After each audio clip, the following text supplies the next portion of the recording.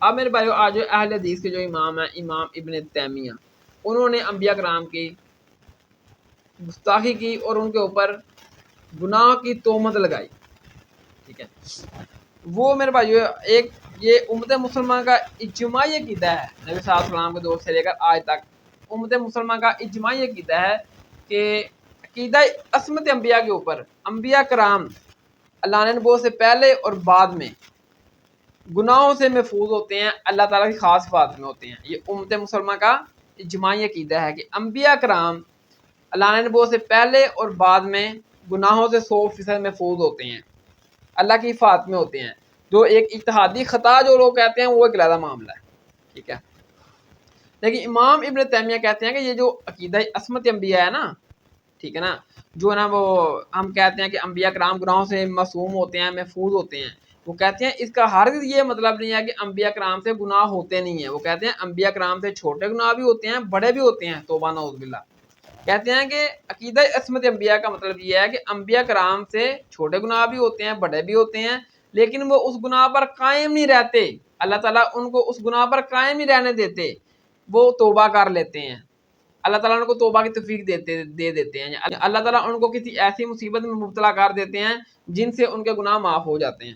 وہ امام ابن تیمیہ اپنے فتاوی تیمیہ میں لکھتے ہیں کہ یہ جو عقیدہ عصمت انبیاء ہے نا، جو ہم کہتے ہیں انبیاء کرام گناہوں سے محفوظ ہوتے ہیں، وہ کہتے ہیں اس کا یہ مطلب نہیں ہے کہ ان سے گناہ ہوتے نہیں ہیں۔ وہ کہتے ہیں انبیاء کرام سے چھوٹے گناہ بھی ہوتے ہیں، بڑے بھی ہوتے ہیں، لیکن اللہ تعالیٰ ان کو اس گناہ کے اوپر قائم نہیں رہنے دیتے، اللہ تعالیٰ ان کو توبہ کی توفیق دے دیتے ہیں، یا اللہ تعالیٰ ان کو کسی ایسی مصیبت میں مبتلا کر دیتے ہیں جن سے ان کے گناہ معاف ہو جاتے ہیں۔ اور وہ کہتے ہیں کہ یہ جو گناہ ہے نا انبیاء کرام سے، یہ پیغام الہی جو وحی الہی ہے، جو اللہ کا دین لوگوں تک انبیاء کرام نے پہنچانا ہوتا ہے، ان میں بھی وہ غلطی کرتے ہیں اور عام زندگی میں بھی کرتے ہیں۔ اور پھر آگے وہ کہتے ہیں کہ یہی جمہور مسلمین سلف صالحین اہل سنت و جماعت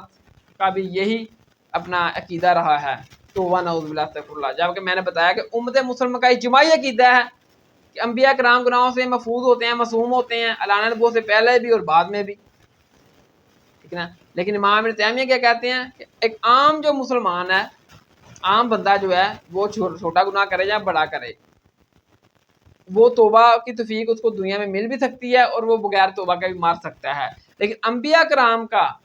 یہ معاملہ ہے، عصمت انبیاء کا یہ اصل عقیدہ ہے کہ گناہوں سے محفوظ جو ہم کہتے ہیں نا انبیاء کرام، وہ اصل میں یہ ہیں کہ انبیاء کرام سے چھوٹے گناہ بھی ہوتے ہیں، بڑے بھی ہوتے ہیں، لیکن وہ دوسرے انسانوں کی طرح بغیر توبہ کے اس دنیا سے نہیں جا سکتے، اللہ تعالیٰ ان کو اس دنیا میں توبہ کی توفیق دے دیتے ہیں اور وہ اس غلطی پر قائم نہیں رہتے، یا اللہ تعالیٰ ان کو کسی ایسی مصیبت میں مبتلا کر دیتے ہیں جن سے ان کے گناہ معاف ہو جاتے ہیں۔ اور پھر اپنی اس بات کی دلیل میں انہوں نے وہ روایت پیش کی جو دین کی جڑ کاٹتی ہے، جو سورۃ الحج کی آیت نمبر 52 میں آیا نا، 52 سورۃ الحج کی آیت نمبر 52 52 کہ ہم نے جب بھی کوئی نبی اور رسول بھیجا اور اس نبی اور رسول نے جب بھی کوئی آرزو یا خواہش کی تو شیطان نے اس نبی اور رسول کی اس آرزو اور خواہش میں ملاوٹ کر دی، پھر اللہ نے اس ملاوٹ کو دور کر دیا اور اپنی آیت کو پکا کر دیا۔ اس آیت کی تفسیر میں کہ شیطان نے انبیاء کرام کی آرزو میں ملاوٹ کر دی، ٹھیک ہے نا، پھر اللہ نے اس ملاوٹ کو دور کر دیا اور اپنی آیت کو پکا کر دیا۔ اس آیت سورۃ الحج کی آیت نمبر 52 کی تفسیر میں آپ تفسیر ابن کثیر اٹھا لیں، ٹھیک ہے نا، کوئی اور تفسیر اٹھا لیں، میں یہ اب اہل حدیث کا یہ مقدمہ ڈسکس کر رہا ہوں۔ تو اہل حدیث جو عالم دین ہے ابن السلام بن محمد، انہوں نے جو تفسیر لکھی نا اپنی قرآن کی، اس میں وہ سورۃ الحج کی آیت نمبر 52 میں یہ جو واقعہ لے کر آئے، یہی واقعہ جو امام ابن کثیر لے کر آئے، اور اس واقعہ کو امام ابن تیمیہ نے دلیل بنایا اور انبیاء کرام کے اوپر گناہوں کی اتنی بڑی تہمت لگائی اور ان کی انبیاء کرام کی گستاخی کی، توبہ نعوذ باللہ استغفر اللہ۔ وہ واقعہ وہ کیا روایت ہے اور اس روایت کو کسی امام نے قبول نہیں کیا، صاحب نے کہا یہ جھوٹی روایت ہے۔ وہ روایت یہ ہے کہ ایک مرتبہ سرکار دو عالم صلی اللہ علیہ وسلم سورۃ النجم کی آیت نمبر 20 تلاوت کر رہے تھے، تو تلاوت کرتے کرتے جو نا وہ اپنا لاشعوری کے عالم میں شیطان نے نبی صلی اللہ علیہ وسلم کی زبان مبارک پر یہ کلمات جاری کر دیے، یا آپ کے لہجے اور آواز میں یہ کلمات پڑھ دیے کہ یہ جو عالی مقام دیویاں ہیں ان کی شفاعت کی امید ہے۔ تو ان یعنی کہ جو بت تھے نا جن کی پوجا کرتے تھے مشرکین مکہ، اور سرکار دو عالم صلی اللہ علیہ وسلم کو منع کرتے تھے کہ تم ان بتوں کو اللہ کا شریک ٹھہرائے ہوئے ہو، یہ تو بت جو ہیں یہ تو جہنم کا ایندھن بننے والے ہیں، تو وہ ان بتوں کی تعریف نبی صلی اللہ علیہ وسلم کی زبان پر جاری ہوگی. لاشعوری کے عالم میں شیطان نے نبی صلی اللہ علیہ وسلم کے لہجے یا آواز میں خود پڑھ دیا یا نبی صلی اللہ علیہ وسلم کی زبان مبارک پر ان جو بت تھے ان کی تعریف جاری کر دی نبی صلی اللہ علیہ وسلم کی زبان مبارک پر. ٹھیک ہے نا. تو نبی صلی اللہ علیہ وسلم نے یہ الفاظ ان کی تعریف میں کہے ان بتوں کے کہ یہ عالی مقام دیویاں ان کی شفاعت کی امید ہے جن کو وہ مشرکین مکہ پوجتے تھے. تو کفار قریش بہت خوش ہوئے کہ آج تو نبی صلی اللہ علیہ وسلم نے بھی ہمارے بتوں کی تعریف کر دی ہے. حالانکہ نبی صلی اللہ علیہ وسلم تو ہمیں پہلے یہ کہتے تھے کہ یہ بت جو ہے نا یہ کچھ بھی نہیں کر سکتے, یہ ان کو تم اللہ کے علاوہ پوجتے ہو, یہ اللہ کے شریک تم نے بنا رکھے ہیں, یہ کچھ نہیں کر سکتے, تو یہ تو جہنم کا بالن بننے والے ہیں. تو آج تو نبی صلی اللہ علیہ وسلم نے خود اپنی زبان مبارک سے ہمارے بتوں کی تعریف کر دی اور یہ کہہ دیا کہ ان بتوں کی بھی سفارش روز قیامت اللہ تعالیٰ کے حضور قبول کی جائے گی. تو یہ شیطان نے نبی صلی اللہ علیہ وسلم کی زبان مبارک پر یہ الفاظ چڑھا دیے. ٹھیک ہے نا. تو پھر نبی صلی اللہ علیہ وسلم بعد میں بہت پریشان ہوئے کہ یہ میری زبان مبارک سے کیسے الفاظ نکل گئے. ٹھیک ہے نا. تو یہ واقعہ میرے بھائیوں ہے. تو حالانکہ اس واقعہ کی اس روایت کی حقیقت یہ ہے کہ ابن خزیمہ نے کہا کہ یہ ملحدین ہے نا جو دین بے دین ہوتے ہیں, انہوں نے خود سے یہ واقعہ گڑ کر ہماری کتابوں میں شامل کر دیا.